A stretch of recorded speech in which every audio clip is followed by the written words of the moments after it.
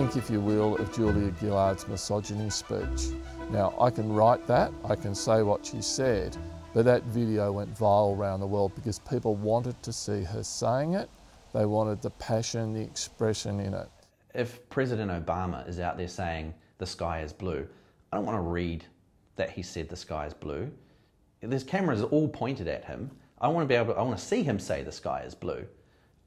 You know, same for anything. You know, if the coach of the All Blacks is out there and he's talking about an injury, I don't want to read that so and so has an injury. I want to hear Hansen say he's got an injury.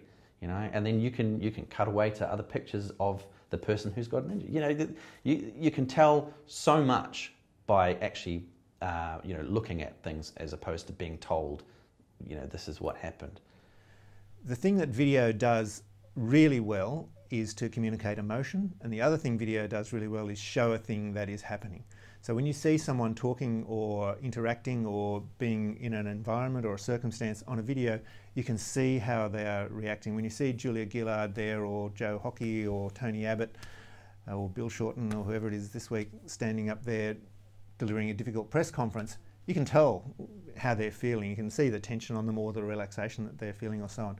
Likewise, when you see someone who's involved in, for example, a story about something happening like a car crash or something like that, there's a real emotional hook that you immediately get from seeing how they're reacting, how they're talking, how they're breathing, what does their voice sound like, where are they looking, that kind of thing. You can't get that in anything other than in video. Of course, the other thing, the obvious thing that video is great for is the event. Here's the house burning down. Here's the meteor shooting across the Russian sky. You know, here is the Prime Minister flanked by half a dozen of his confidants striding down the hall to go and face down a challenge or to, see off some piece of legislation or something. You get a great sense of this thing happening right now. And that's what video can capture much more than any other platform, obviously. And then there's a whole range in between. Video is great at things which involve personality and human connection. It's that emotion thing again. So a lot of the softer kind of stories are very well suited to video.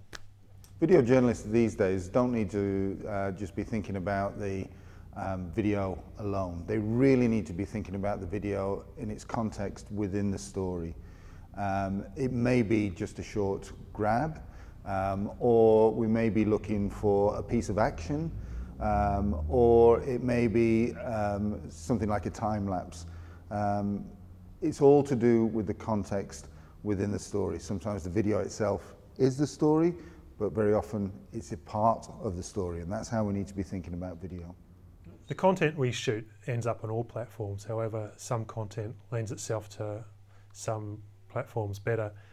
The iPad is more contemplative, longer, feature-based pieces. Online is more breaking news. Mobile, I'm not sure. Possibly it's people wanting a bit of distraction. So different content, the way we shoot it, not so differently. I guess the production value for the more contemplative material is higher, and the breaking news material, which is mostly on the web, is much more rough and ready. Video is just becoming so much more ubiquitous.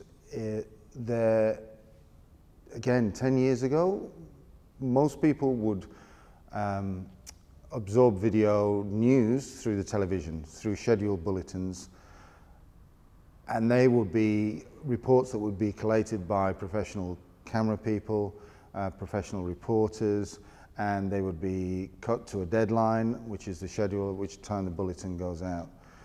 All those things have now changed. Video is now sourced from so many different places. Everywhere you turn, there are video cameras recording what is going on. As I say, everybody carries a really good quality video camera on them in the shape of their smartphone. There are CCTV cameras which are incredibly helpful in telling stories. And even innovations like GoPro cameras, which have really spawned a new type of video. If you think about extreme sports, well, actually what people are doing, they are recording their own life experiences, and they're prepared to record their own life experiences at length. The really good video is one that captures a moment which is unrepeatable, whether that's, you know, an interview with a key person like that, or a key witness to something.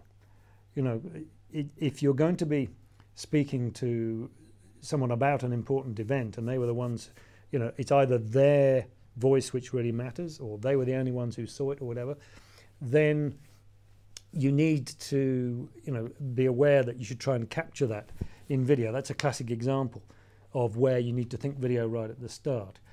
But my point is that, you know, you always have to be ready for that. You always have to think that you might need to get video, you might need to get audio.